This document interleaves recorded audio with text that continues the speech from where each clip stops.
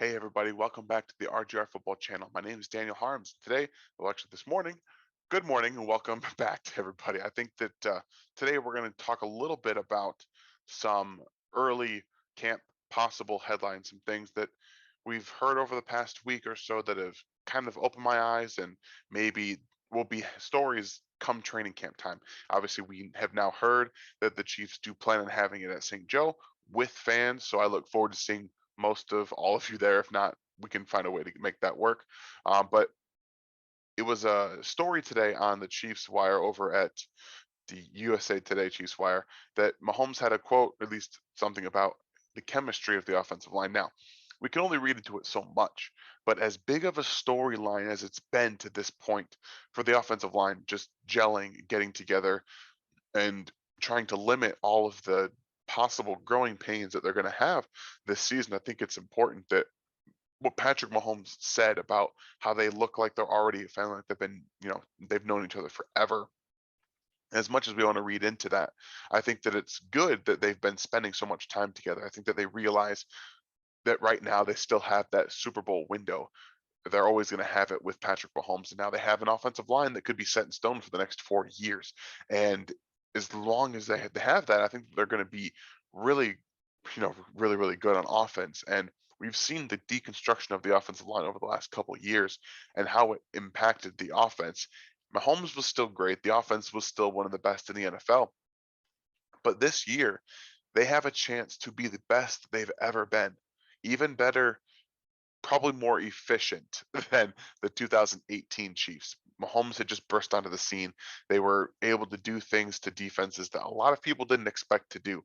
But this time, with this offensive line, with Mahomes, it's going to be different because we all know that Mahomes is great. They've seen it now. The Super Bowl, he did inhuman things to get the ball down the field to his receivers that they never actually caught the ball. So now that just imagine being able to sit in a pocket and use everything that he's learned to this point, reading defenses, not having to go from his reads off to running because he's got pressure in his face. Like this is a chance for the Chiefs offense to be the most efficient and effective in terms of yards per play and things like that we've ever seen, and not just trickle down towards the end of the season like it did in 2018 where it got less efficient. And so some games you have bursts, some games you have lulls. I think this is the opportunity now to seize that and really impact things on the ground in certain ways. I know that a lot of people have the run more versus pass more argument, but when it comes down to it, when you do either, you want to be the most effective at either, at which one you're doing. So the Chiefs now have that opportunity to really affect the run game in a positive manner with this offensive line that directly impacts the flow of play action and everything that they can do in the pass game, because it's going to limit what defenses can do to them with the passing with passing defenses. So as much as I want to read into, they might not gel so early on. If they're getting into it and they're really, they figured almost essentially hammered out that offensive line, starting offensive line. They get in there and they're spending that much time together. I assume that they're going to spend some time together as well during this lull that they're having before training camp. That's only going to help them gel and know each other's, idiosyncrasies and things like that to really get on the same page during the season. If I assume Creed's going to be the starter, I think we all know that I believe that he was drafted to be the starter, and he's going to be a huge key for the entire group getting to gel together, because that left side to his left is going to be locked in step. Like they're going to be probably the best 1, 2, 3 in the NFL, in my opinion. They're going to be one, left tackle, left guard, center, and I think they're going to be on the same page from day one. Now we know the right side is going to be a little different, so I'm assuming that Niang is going to be able to take that over at some point. Now the whole thing together, the next 4 years, I think that they're going to be a top 3, 4 offensive line in the NFL. And that's just going to make this Chiefs offense even more impressive than it's been to this point. So let's talk a little bit on the other side of the football, because now there's been, the whole Frank Clark situation. We don't really, we still have no news, actual concrete evidence of what's been going on.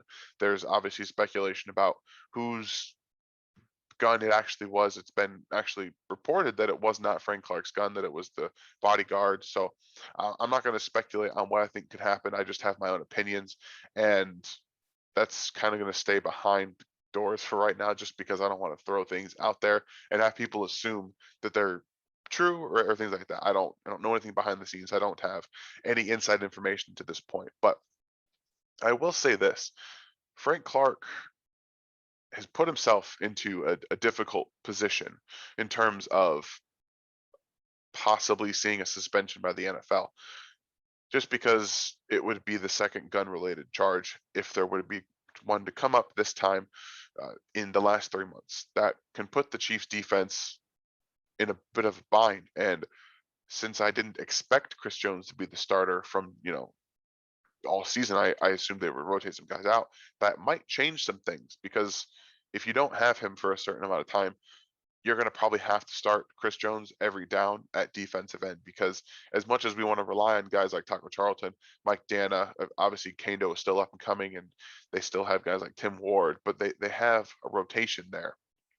And Frank was going to be the one guy locked in step, and they were going to have Chris and then everyone behind him being able to rotate in and out. So I think that if that wrench were to be thrown in, this whole situation, I do believe that Chris would be the starter at defensive end for those games, and then it would be more of a move around kind of thing as the season goes along, with him back in the rotation. So to this point, I believe that if a suspension were to happen, it wouldn't be a hugely long one, probably 4, which would get knocked down to 3 or 2, depending on how you can fight that through the system that Frank can go through. Like we've seen suspensions get lessened just because they can fight that kind of thing. So that's kind of all that it is to this point on both sides.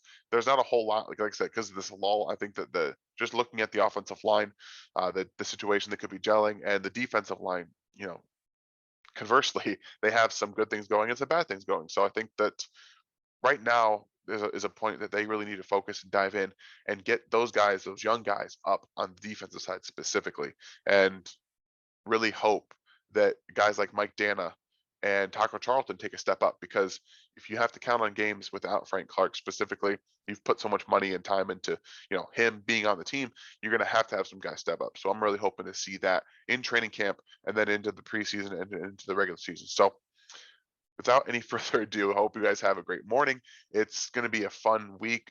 I'm just really hoping that the Chiefs training camp goes off without a hitch. They get everything going, and we can really get to see some of the progress that we weren't able to see last year at this point. So again, you guys have a great day, and I really, really do hope that Patrick Mahomes is right about the gelling of the offensive line. It'd be so great. Have a great day. Thanks for watching this video from the team at RGR Football. Click these videos to see more, and subscribe to RGR Football.